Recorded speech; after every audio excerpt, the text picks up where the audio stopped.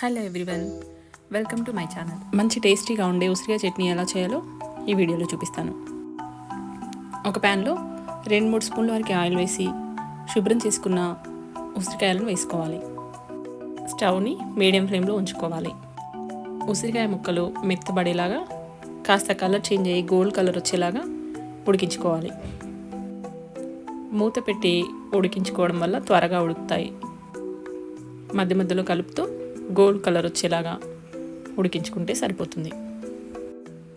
కాస్త colour change అయిన తర్వాత ఇలా ఒక ఫోర్క్తో మనం చెక్ చేస్తే ఉసిరికాయలు ఉడికాయలోదే తెలుస్తుంది. ఇలా ఉడికిన తర్వాత వీటిని ఒక బౌల్లోకి మార్చుకోండి. ఉసిరికాయలు మొత్తం చల్లబడేదాకా పక్కన పెట్టండి. ఇవి చల్లారిన తర్వాత కేజీ ఉసిరికాయలకి 1/2 కిలో కారం వేసుకోవాలి. అర్ధపావు ఉప్పు, 100 గ్రామ్స్ వరకు నువ్వు పిండి వేసుకోవాలి. గ్లాసుల కొలతతో అయితే ఈ సైజు ఉండే టీ గ్లాస్తో 2 టీ గ్లాసులు కారపొడి వేసుకోండి. 1 టీ గ్లాసులో కాస్త తక్కువగా ఉప్పు వేసుకోవాలి. 1 టీ గ్లాసులో కాస్త తక్కువగా నువ్వు పిండి వేసుకోవాలి.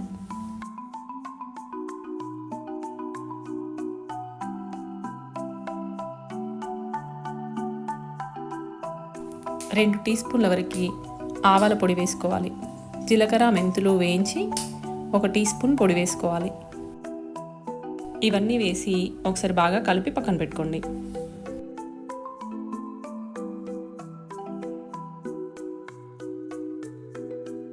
పోపు చేయడం కోసం ఒక బౌల్లో 200 ml వరకు ఆయిల్ వేసుకొని ఆయిల్ బాగా హీట్ అయిన తర్వాత 1.5 స్పూన్ జీలకర్ర, 1.5 స్పూన్ ఆవాలు వేసి వేగనివ్వాలి.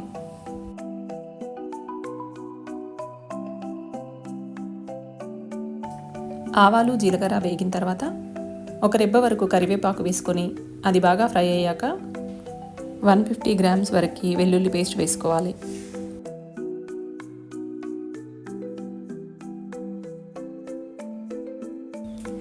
వెల్లుల్లి మంచి ఫ్లేవర్ వచ్చేదాకా ఫ్రై చేసిన తర్వాత 1 టీ స్పూన్ పసుపు వేసి కాస్త ఫ్రై అయ్యాక స్టవ్ ఆఫ్ చేసుకోవాలి.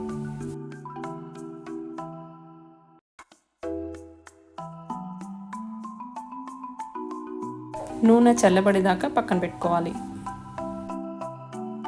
పోపు మొత్తం చల్లారిన తర్వాత మనం ముందుగా కలిపి పెట్టుకున్న ఉసిరికాయ మిశ్రమంలో ఈ పోపు వేసి కలపాలి.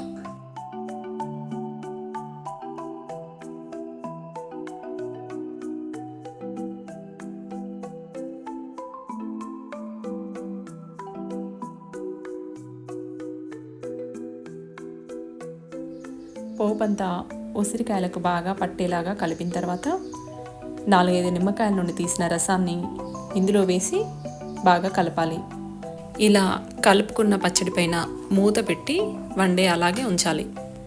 నెక్స్ట్ డే రోజు మళ్ళీ ఒకసారి బాగా కలిపి ఎయిర్ టైట్ కంటైనర్లో పెట్టి ఫ్రిడ్జ్లో పెడితే ఎన్ని డేస్ వరకైనా ఉసిరికాయ చట్నీ నల్లబడకుండా ఉంటుంది. ఈ వీడియో మీకు నచ్చితే తప్పకుండా లైక్ చేసి కామెంట్ చేయండి. మరిన్ని మంచి వీడియోస్ కోసం నా ఛానల్ని తప్పకుండా సబ్స్క్రైబ్ చేసుకోండి. Thanks for watching.